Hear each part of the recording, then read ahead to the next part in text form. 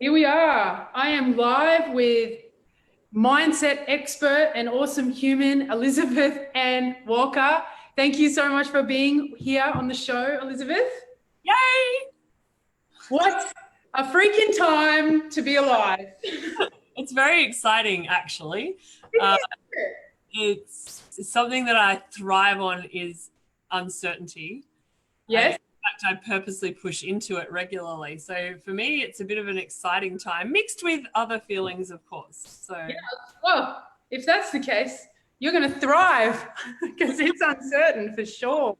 absolutely. Yes. It's really quite interesting because I'm like watching this, I'm watching things coming out, I'm watching it develop. I want to tap out, then I don't.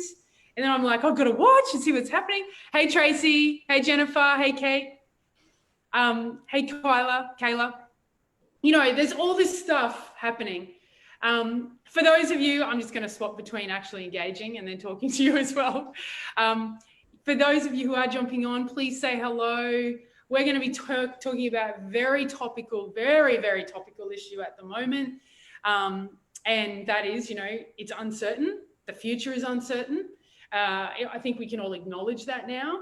We think it's going to go for 2 weeks. We don't really know the impact of that. It may go longer, maybe it won't. Who knows? But right now, it's like I really want to kind of get into grounding yourself somewhere when things are uncertain. Yeah. So, why don't you start? What do you think? Well, I think what's important to recognize is that about 2 months ago, we as a society had a belief that we had certainty, and we had a belief that we were stable, and we had a belief that we had either a certain amount of money or no money. And these were all beliefs. Just like when you were 10 years old, you believed that you were 10. Yeah. And now you don't believe that belief anymore. What's happened is, realistically, for the majority of people, up until tomorrow at least, not a lot has actually changed. Now, a lot's going to change tomorrow, but up until now, not a lot's actually changed. What's happened is that because things like the toilet paper crisis happened, people noticed their instability. They noticed their level of uncertainty. They realized that what they had that they thought was certain actually wasn't. And nothing's really changed. The sun's still coming up. You still live wherever you live. And that is actually still exactly the same as it was before. We were never stable. However, we believed we were. And so now, because we can't get pasta and we can't get toilet paper and we can't get all these things that we see as essential, and let's go back to my grandparents' time, they would laugh at half the stuff you can buy in a supermarket these days. We had this level of certainty, and it kept us grounded, and it kept us believing we were safe. And I mean, I know Tony Robbins talks about the 6 human needs, and the base need is certainty because it gives you safety and security. So what's happened is we've been thrown into this uncertainty where we're not sure if we can get toilet paper. And personally for me, I'm like, just get a washer, wet it, wash yourself and put it in the washing machine or have a shower. But we can't get toilet paper. We can't get pasta. We can't get pasta sauce. The tinned food is all going. Cabbage or cauliflower is $10 instead of $6. And people are noticing these things. Whereas in the past, cauliflower could have gone up and no one noticed because they weren't looking. Yeah. And so it's like an awakening is happening where people are realizing that this life is maybe a little fragile. And yet it's always been like that. Yeah. We just haven't noticed. And so this lack of certainty has happened, and it's pushed us into uncertainty, which is like being in a comfort zone. It's super comfortable. And then you go out of your comfort zone and it's not so comfortable. Yeah. And I've always taught, I actually used to have a hashtag actually called expand the band. And I've always taught that your comfort zone is not this thing that you step out of to be in the uncomfortable zone.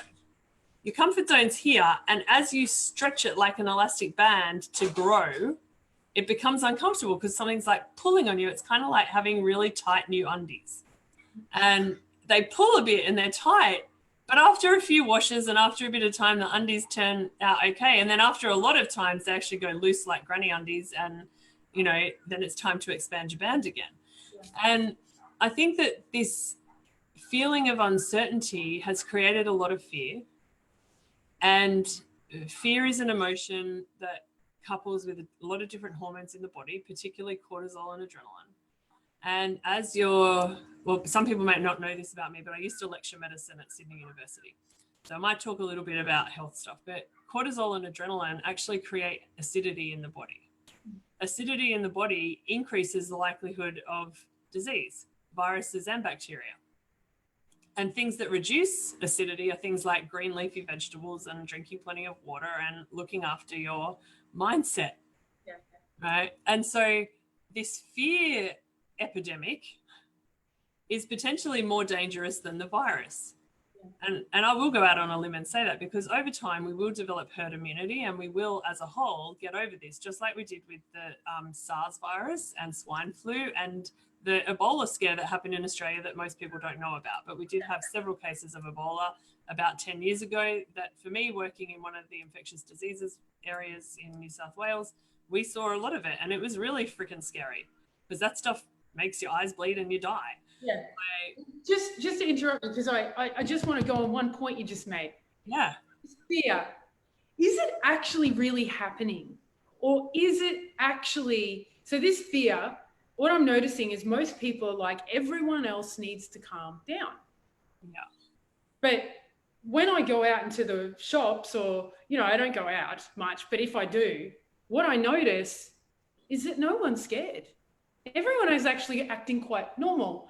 No one is, I think there might have been a couple of people who took some things, and maybe there was a couple of incidences that have been then thrown across. But what I'm starting to see is that what we think is happening is actually not really happening. Correct. And it's like a wave. Yeah. So it's a wave of uncertainty. It's expressed as fear. So when people talk about it or when people act out on it, it looks like fear.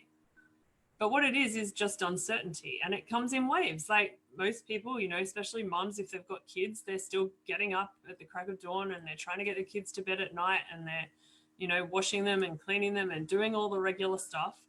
And up until tomorrow, everyone's been going to work pretty normally for most people. And, for nurses, they'll keep going to work normally. And it's this wave that happens. So it comes in waves, and you may have found that, there's people who they're stressed 1 minute and then the next minute they're okay again. And it's like, no, it's all going to be okay. It's all going to be okay. I feel like I go through that myself too. Yeah, I definitely do. Like this morning I did the whole, oh my God, like what happens if this, the financial system collapses? Where are we sitting in this? Yeah. Have we prepared for that? And so it comes in waves. But then for the rest of the day, I planted the rest of my veggie patch, which we were doing anyway because we've only moved up to the Gold Coast 6 weeks ago. So we were in the process of gardening anyway. Yeah. And now it just seems more important to have that veggie patch than what it did before. So, we've actually had a great day in the garden. And these waves come through, and what happens is people internalize, because they don't want to be the one spreading panic. They don't want to be the one who makes someone else scared. They don't want to be the one to have that tough conversation. And so they internalize it.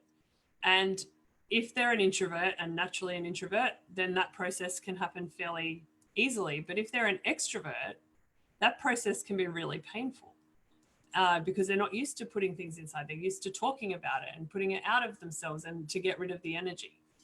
And so as these waves come through, it's really important to stay grounded in what your truth is for you at that moment.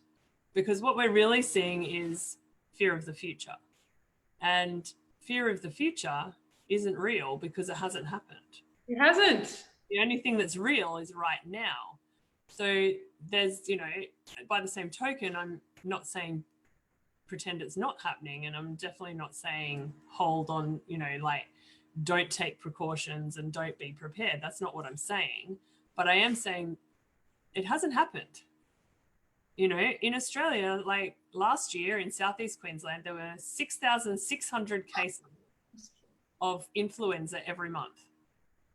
Yeah. So far in Australia, I don't think we've actually hit 1,000 cases in 2.5 months. Now, most people are saying, oh, it's only the last couple of weeks. We've actually known about this disease for 2.5 months. So our caseload is really small. And have people died? Yes. Are they people who potentially would have died anyway? Absolutely. It's a lower respiratory tract infection. So someone who's old and laying in a nursing home collects a lot of fluid at the bottom of their lungs. When this virus gets in there, they can't clear the fluid anymore. They die of pneumonia. That's a standard process of dying for most old people. That is how a lot of old people in nursing homes die. So yes, they may have had the virus, but was it the virus that killed them or was it something else? And we can't possibly know that until we have a much longer study.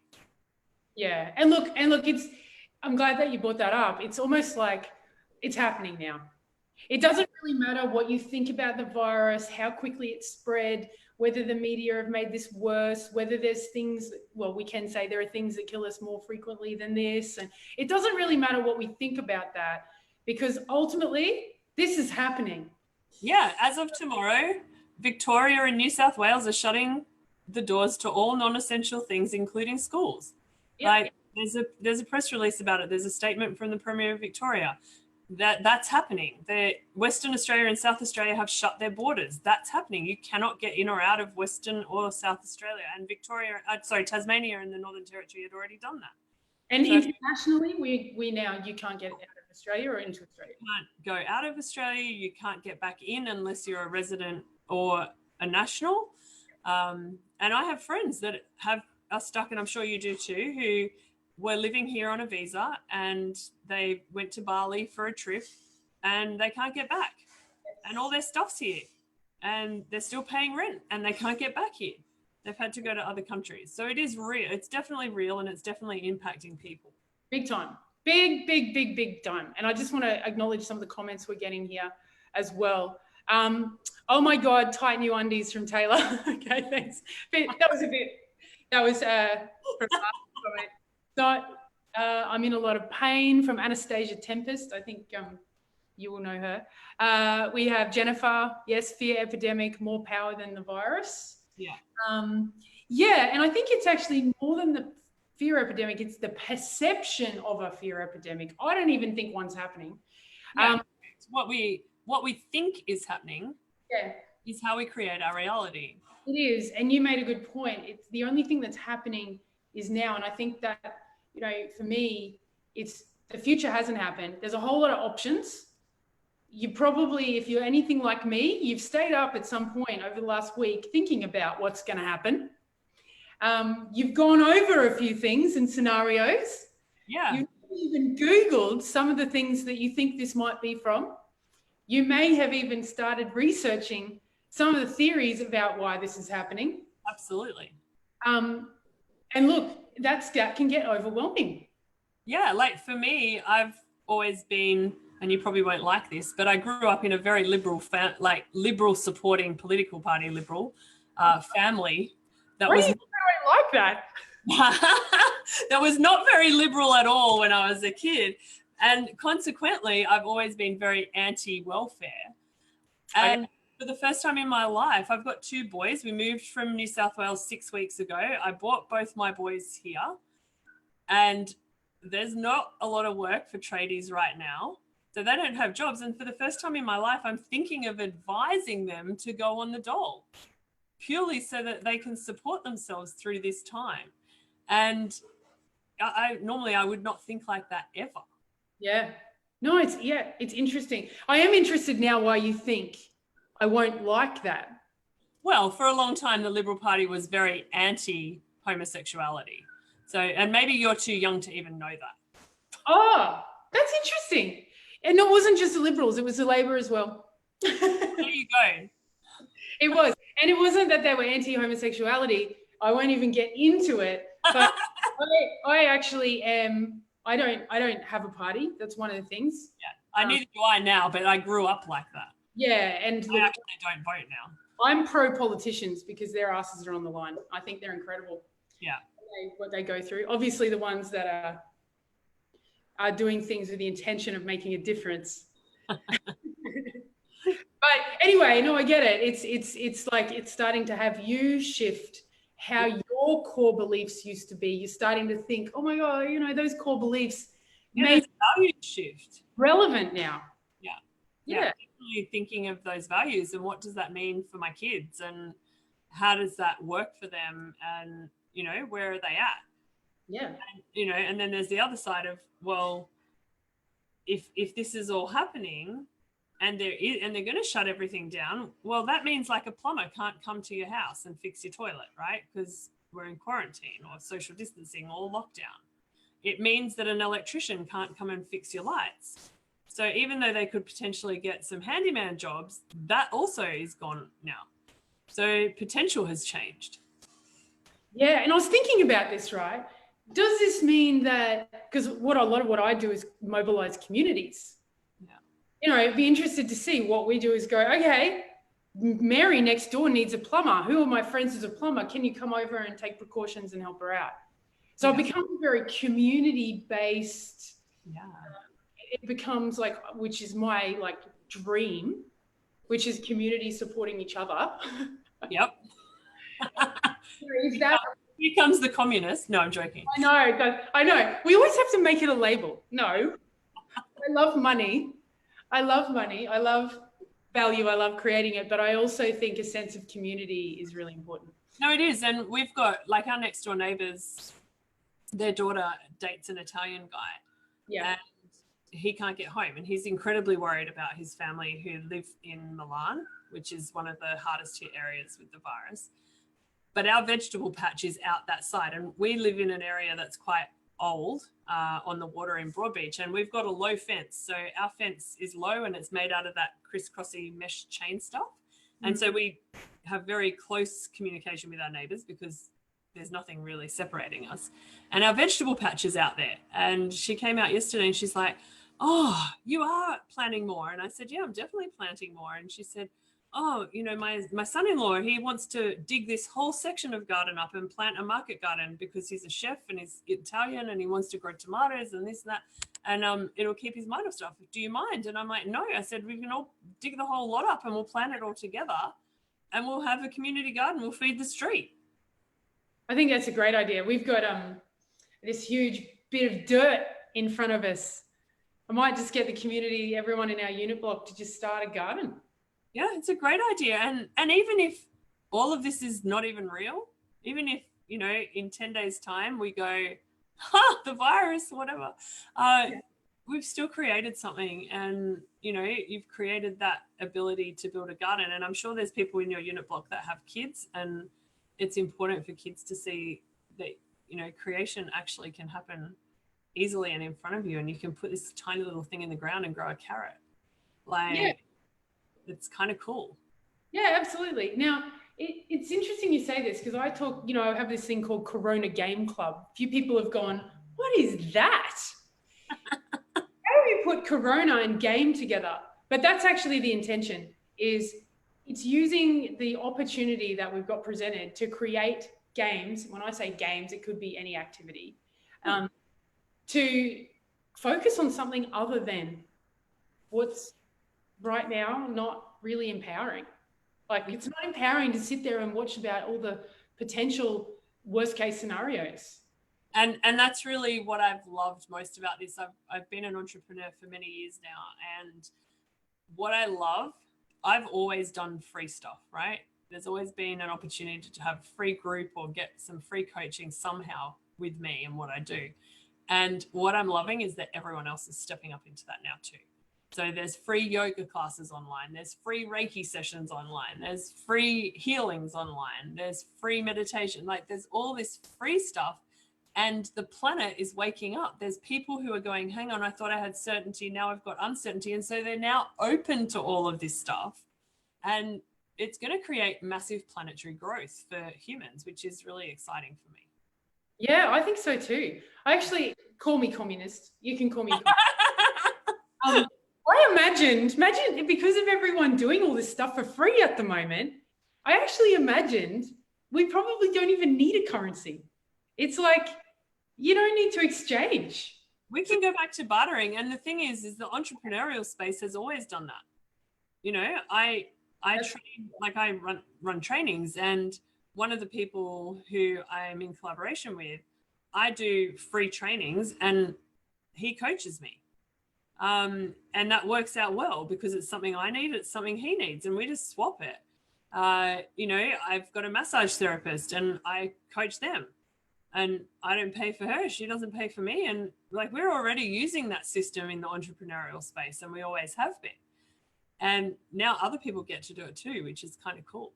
Very cool. Yeah, I know. I just realized I may have sounded completely radical, going, yeah, get rid of the dollar, you know, No, just it's good. It's good because for normal people, they live in their four walls and they go to their job and they come home and they worry about things like mortgages and, you know, stuff like that. And they're living day by day, trying not to be stressed out about work. And this is actually highlighting to people that none of that stuff actually matters.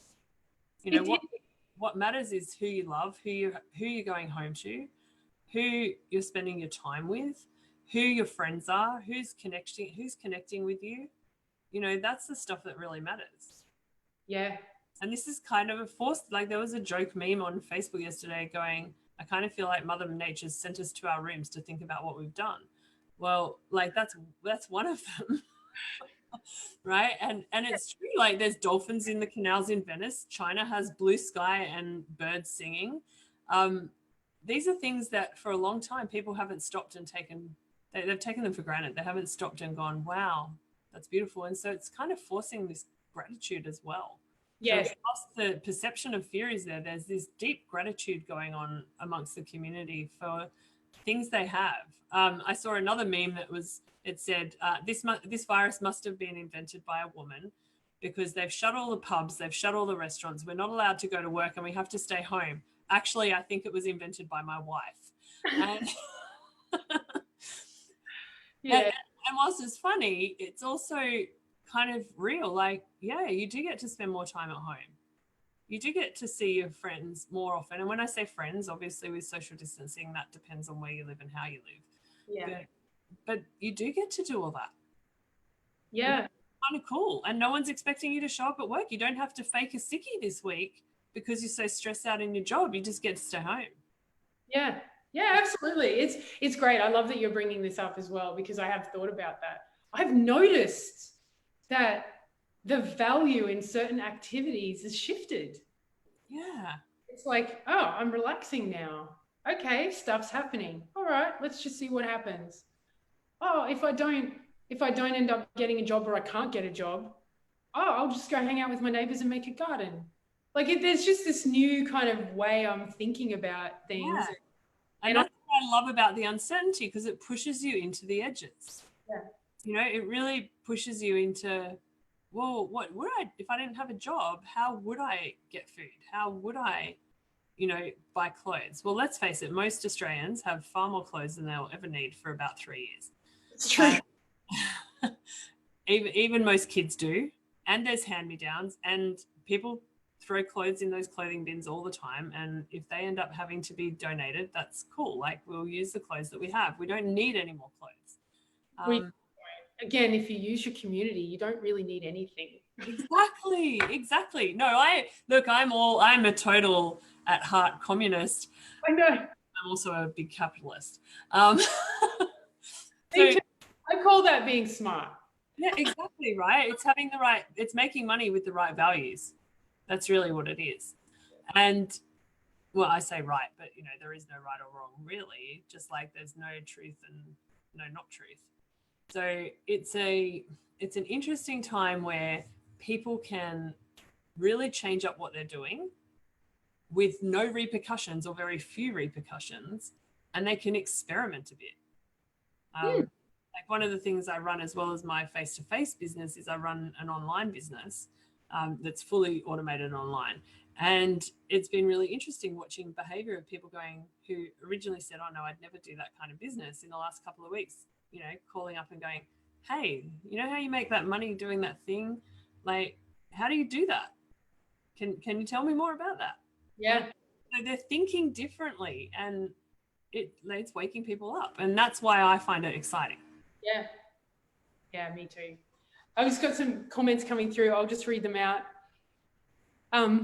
Oh, how true thoughts can create reality. I thought my car battery into working again.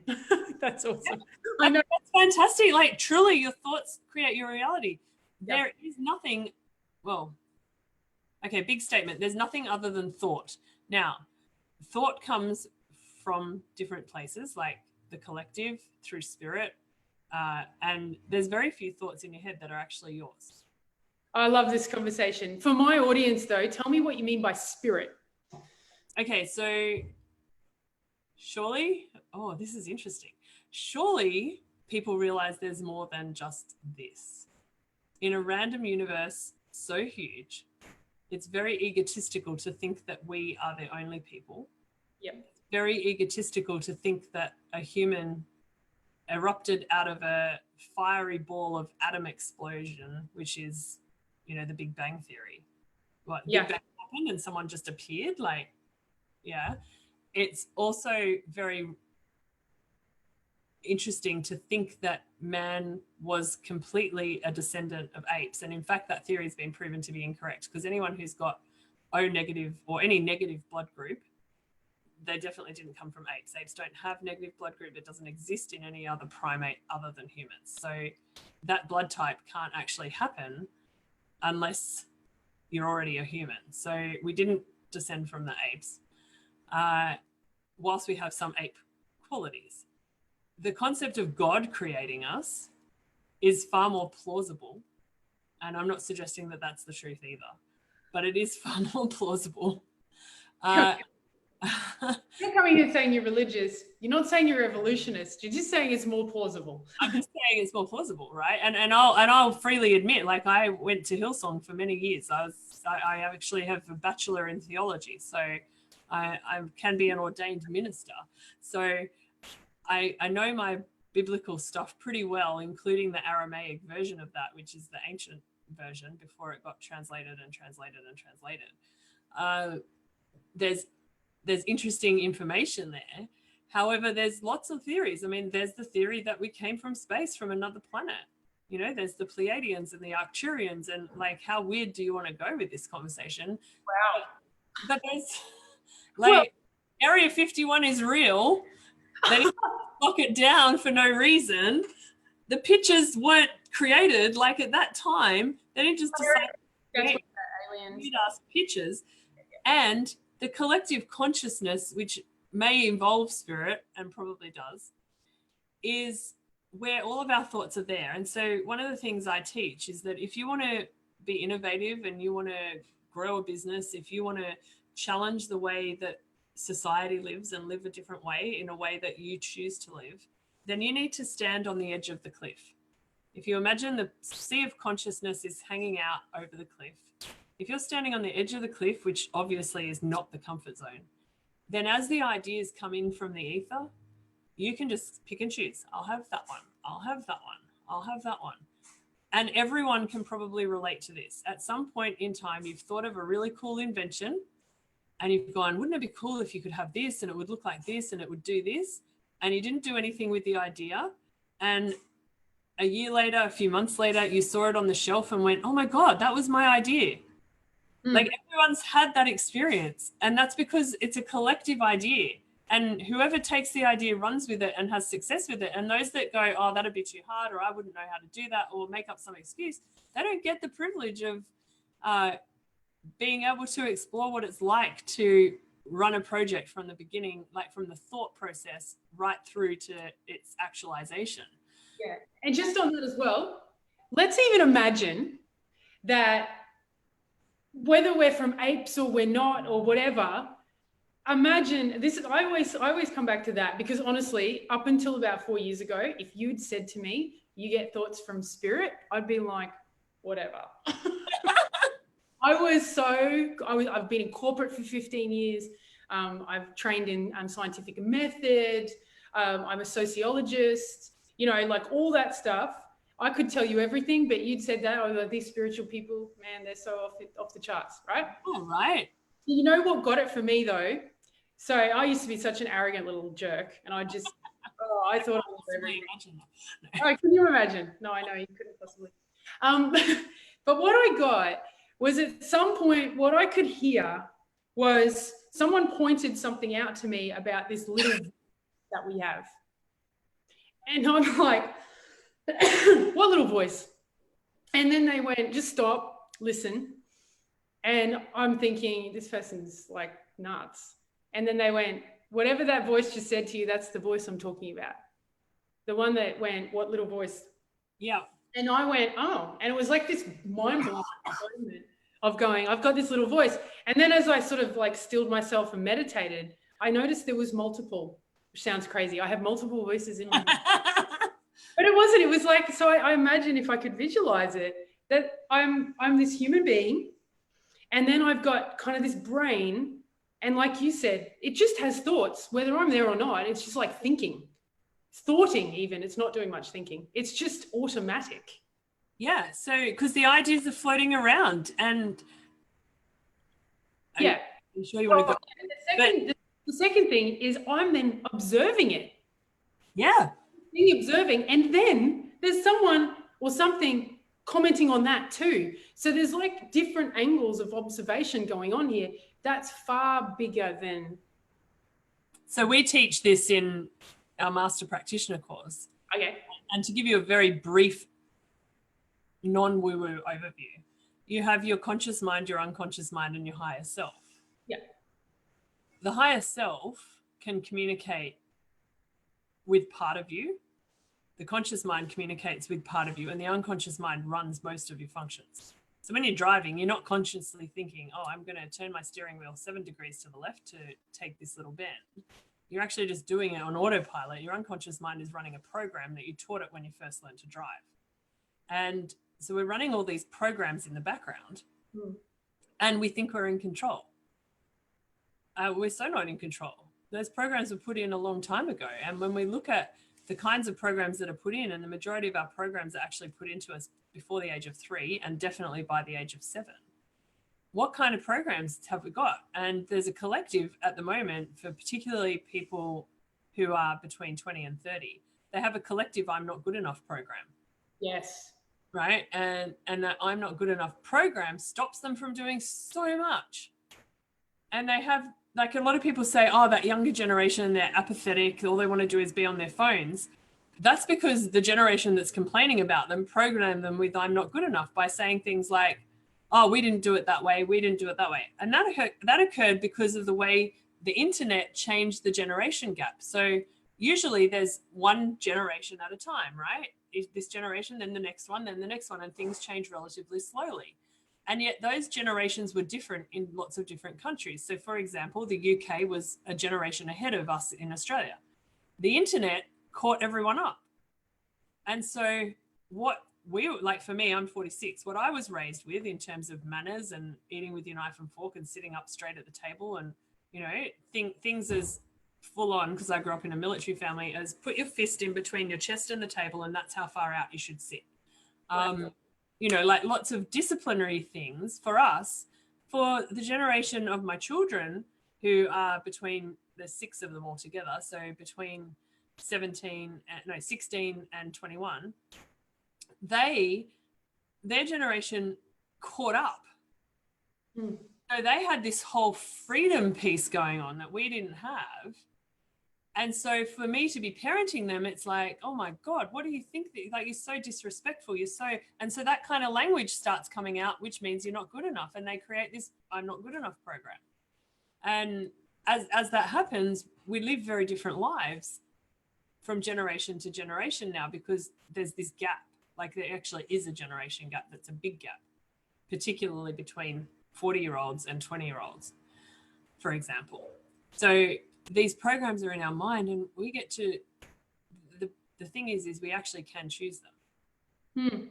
We took them on when we were little because we didn't have a conscious mind. We only had an unconscious mind. We just went running around little unconscious mind like a dog. We did whatever anyone told us, including all the bad stuff. And then all of a sudden we grow up and we don't know why this autopilot thing, even if we want to do something really amazing, this autopilot keeps butting in going, no, you're not good enough for that. No, you're not good enough for that. How do you think you'll ever be good enough for that? Yeah. And one of the big examples I'll give is a lot of people, when they've hit 6 figures in their entrepreneurial business, you know, the first lot of 6 figures is good. Getting from 100,000 to 500,000 is a big gap. Getting from 500,000 to $1 million is a massive gap. And, you know, these I'm not good enoughs keep raising at each level, going, well, okay, I've done that, but I'm never going to be good enough to get to $1 million. And my thing is you're already, you know, you have to believe you're already there. You have to have the mindset of $1 million person to get there. You have to actually believe you're there, and that's how you can create your reality. And the way you can believe you're there is you don't start spending like a millionaire. That would be stupid. But what you do is you have the mindset. Would a millionaire be watching TV right now, or would a millionaire be working on their business? Would a millionaire be eating Kentucky Fried Chicken or Macca's, or would a millionaire be eating fresh fruit and vegetables? Like, I know, like, seriously, Macca's. But the other day I did eat it because I went to Sydney and there was no one in Darling Harbour. I went to Sydney on Thursday night to run an event. I literally saw no one for an hour and a half in Darling Harbour, and I was hungry, and all the food places had their food out, and I'm like, that food's been there all day. There's no one here. So I'm hungry. I'm eating Macca's because at least I know they're going to cook it fresh. Like, normally I wouldn't touch the stuff. That's not changing. Do you know what I think as well is, at some point, I think I could see, I don't know, I started relating to that programming you're talking about. I started relating to that programming like it was an arm. Like, I don't try and do anything with my arm. I don't try and get rid of it when I wake up. I don't try and go to work on it all day so it disappears. Yeah. I literally was like, I have this automatic programming. I go, I'm going to go and create a business, and my automatic program will tell me all the reasons why that's a bad idea. Yeah. And I'd be like, oh, that's my arm. Like, that's what that does. That is designed to tell me all the reasons why I shouldn't do something. Yeah. And people even go so far as to say, because I think like this, it must mean that it's not my time to do this. Because I'm not fully all in, I mustn't be in at all. So I'm just going to pass on the opportunity. Yeah, that's a good point too. And once I could see that was what I did, I even called her Bridget. Bridget tells me everything I need to know about every contingency why things won't work under every circumstance. Yeah. Bridget can be a bitch. That's what I call her. I'm like, Bridget, take a back seat. Yeah, totally. So, but that wasn't conscious to me. At some point, I got that it was separate, but at some point in my life, I believed that Bridget was me. I know that if anyone's jumping on, it's going to sound like I'm a freaking crazy person. She's got voices in her head, and she's got personalities. Like, we should just commit her now. No. No. But I gave it a name because it gave me some power. But really, it was just that you know, people call it the inner critic, limiting beliefs. It was like, at some point, I actually believed that was me. Yeah. That was like, oh, I'm telling, that's true. Like you said, it would actually shift how I do things. Yeah. And that's what happens. What would you say, because there's going to be a lot of that coming up, and I'm also mindful that you're going to have to go soon. So there's a lot of that coming up for people. There's a lot of uncertainty. I've got Bridget. I'm sure everyone's got their version of Bridget going off the charts. What would you say to people who are having those kind of beliefs come up right now? So I think the biggest thing right now is it would be really easy for me to say, just don't believe Bridget. However, unless you've done the level of mindset work that some people have, that strategy is going to be useless. So the best strategy is allow Bridget to speak. Let her say what she has to say.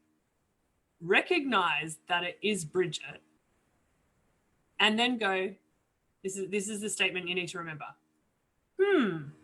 Isn't that interesting? It's interesting that I think I can't do it. It's interesting that I think I wouldn't have enough money to survive a recession. It's interesting that I can't get toilet paper today. And while you're saying it's interesting, look around wherever you are and just notice a few other things, like 3 to 5 other things. So, it's interesting that there's no toilet paper today, but look, there's pasta over there and there's tinned tomatoes over there, and that will just distract the loop, because all you're trying to do is just stop that Bridget loop happening. And then you can apply logic. The problem with Bridget is she comes in before your logic kicks in. And so you start believing her. Logically, we live in a first world country. We're all going to be okay. Now, everyone's version of okay looks different. Right? Okay to me is that I can feed my family and that I can feed my dogs. That's what okay looks like for me. Okay for some other people may look different from that. So, but we are all going to be okay. And so if we can get Bridget to just be quiet for long enough for our logic to kick in and recognize that this is okay, and that today we're alive, and today we're healthy, and today we have food, and today we have toilet paper, instead of worrying about what's going to happen in 6 months, 10 months, a year, when we do that, we give Bridget full control. And Bridget is actually part of our really ancient brain. It's part of the brain that we needed when the dinosaurs were here, that told us whether to run or whether to hide or whether to just stay still and pretend we were a tree. Like, we needed that. Yeah. We don't need that now. There's no danger right now. And yet it's there to protect us in case there is danger. Yeah. The problem is it's still really hyperactive, because not enough people do enough work on their brain. And that's why I'm in the business that I'm in. I would love to be, totally in the spiritual space, and I do run spiritual retreats, and that's my passion. But what I know that society needs is NLP, and that's why that is my mission. Because people need to understand how their brain works in order to change those programs, in order to not have Bridget take over because Bridget's a bitch. Yeah. Totally. And Bridget stops so many things. It stops relationships. Like, I met my husband on Tinder. He's fucking awesome. He's the best husband in the world. And anyone who knows me knows that he is amazing. Like, he does everything. He puts me up on a pedestal and he lifts me up at every opportunity. And we met on Tinder. And yet other people would have gone on that date, the first date, and gone, oh, he was nice, and then put a whole lot of judgments in because of their feelings of, is this going to be okay? Is it not going to be okay? What's going to happen? Like, all those other programs of, I don't know if this is going to work. And, I just went for it and went, I like him. We fell in love really quickly. I think we said, I love you, like 10 days after we met, and we moved in with each other 3 weeks later. And we both had kids. Like, who does that? The programs would tell you not to do that. Yeah. But for us, it's worked out beautifully. And we've been together for 5 years now. It's amazing. Awesome. Yeah. And I think what I can hear you're saying is, from the work that you've done, you're completely in control of your own thoughts. I wouldn't say in control, but I'm able to recognize. But completely aware. Yeah, very aware, completely aware, and able to recognize what's real and what's not. Yes, what's real and what's not, which gives you the advantage of being able to then go, I can make anything happen and work. Exactly. And it means you can move faster too. So the reason I've been able to develop a 7-figure online business is because I can move faster, because I don't have to spend time worrying about the programs. I just make decisions. Yeah. Yeah. Awesome. Yeah. Now, I could keep talking to you. I know. We can always do it again. We can, but I know that you have to move on to another call. I do. I'll just read a couple of these questions, these comments out. I love these comments. And I will go back and answer comments as well, like later on. Yeah. From Marta. Hello, Marta. I'm loving it because people are more courteous to other people regardless of race and gender at the moment. I'm noticing that too. That stuff's kind of falling away. Yeah. Thoughts create our reality. Absolutely. We do not come from apes. You have someone who agrees with you. What an epic conversation it is. Not to mention, yes, clothes. I looked at my closet and started minimalizing. Awesome. They're loving this convo. There's a lot of loving this convo. Anastasia says, She is, what did she say? Nicole, love this. There's a lot of love. Anastasia's interested in NLP, she says. Oh. Rome wasn't built in a day. Perseverance, people. Persevere.